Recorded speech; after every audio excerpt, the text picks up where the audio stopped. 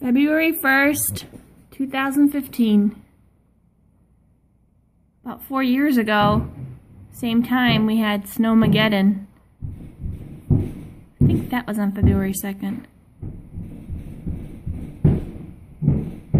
Owen's building something in the driveway. Anna's playing in the snow, maybe making a snowman across the street. So far we got about 6-7 inches maybe.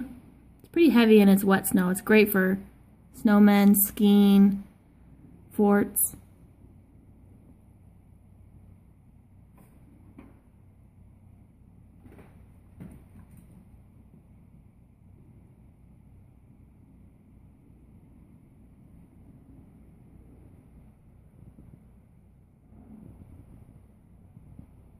Where's he gonna go? I don't know. He's making a snowman in the middle of the driveway. That's funny. Bird's just hanging out by the door.